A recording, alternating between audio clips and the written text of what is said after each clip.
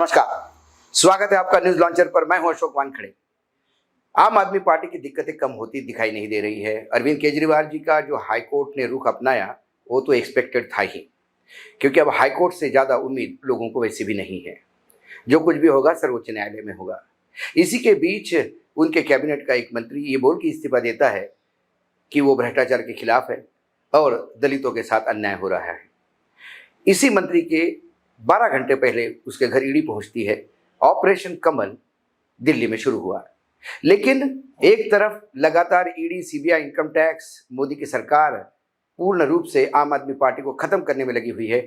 दूसरी तरफ अरविंद केजरीवाल जेल में होने के बावजूद ये पार्टी पूरी तरह से टक्कर देने में अपने आप को सक्षम बताती है।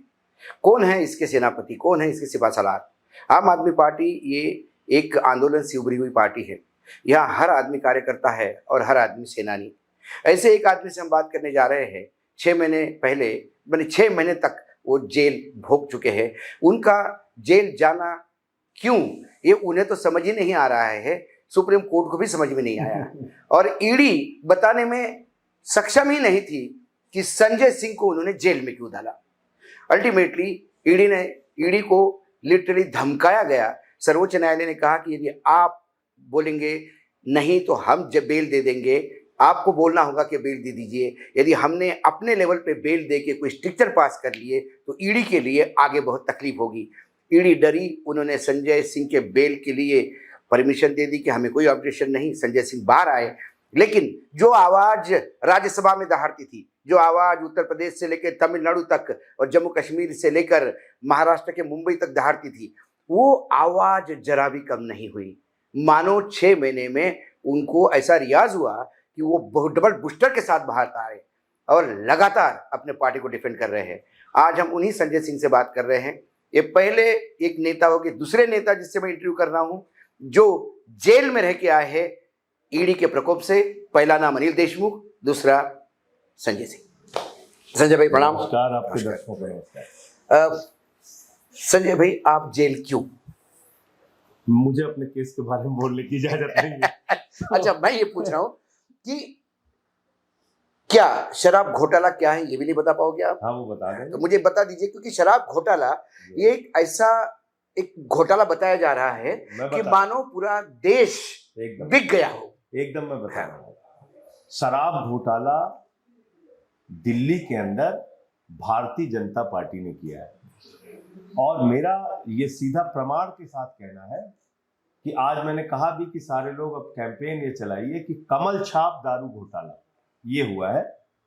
और ये घोटाला हुआ है ईडी की जांच के बाद। एक व्यक्ति शरद रेड्डी जो ईडी की कस्टडी में है, अशोक भाई आप मुझे बताइए कि 10 नवंबर को शरद रेड्डी को अरेस्ट किया जाता है, 15 नवंबर को 5 करोड़ रुपए बीजेपी को देता है और कुल मिलाकर गिरफ्तारी से लेकर रिहाई तक 55 करोड़ रुपए देता है।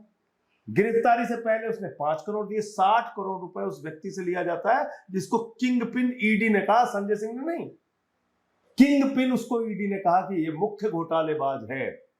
क्या 55 करोड़ रुपए की राशि प्रधानमंत्री नरेंद्र मोदी की जानकारी के बगैर बीजेपी में चली गई? क्या 55 करोड़ की राशि अमित शाह और जेपी नड्डा की जानकारी के बगैर चली गई उनकी पार्टी के खाते में? क्या ऐसे सब कुछ हो गया? इस पर कोई सहज रूप से यकीन करेगा और सब कुछ छोड़ दीजिए। एक घोटालेबाज को आप पकड़ रहे हैं, मनीष सिसोदिया के तो आपने खाते सीज किए। एक मुख्य घोटालेबाज को आपने पकड़ा, उसका बैंक अकाउंट क्यों नहीं सीज किया? उसने अपने बैंक अकाउंट से बीजेपी को पैसा ट्रांसफर कैसे कर दिया? ये सवाल तो जायज बनता है ना। तो मनी ट्रेल साफ है, अभियुक्त तो आरोपी कौन है साफ है, उसी को आपने मुख्य घोटालेबाज बताया था, उसी ने बीजेपी को चंदा दिया, उसी से आपने केजरीवाल के खिलाफ अंतिम बयान लिया, 6 महीने के अंदर 12 बयान लिया, अंतिम बयान लेने के बाद उसको बेल दे दी। तो ये समझ में नहीं आ रहा है लोगों को। केजरीवाल पे आरोप क्या है?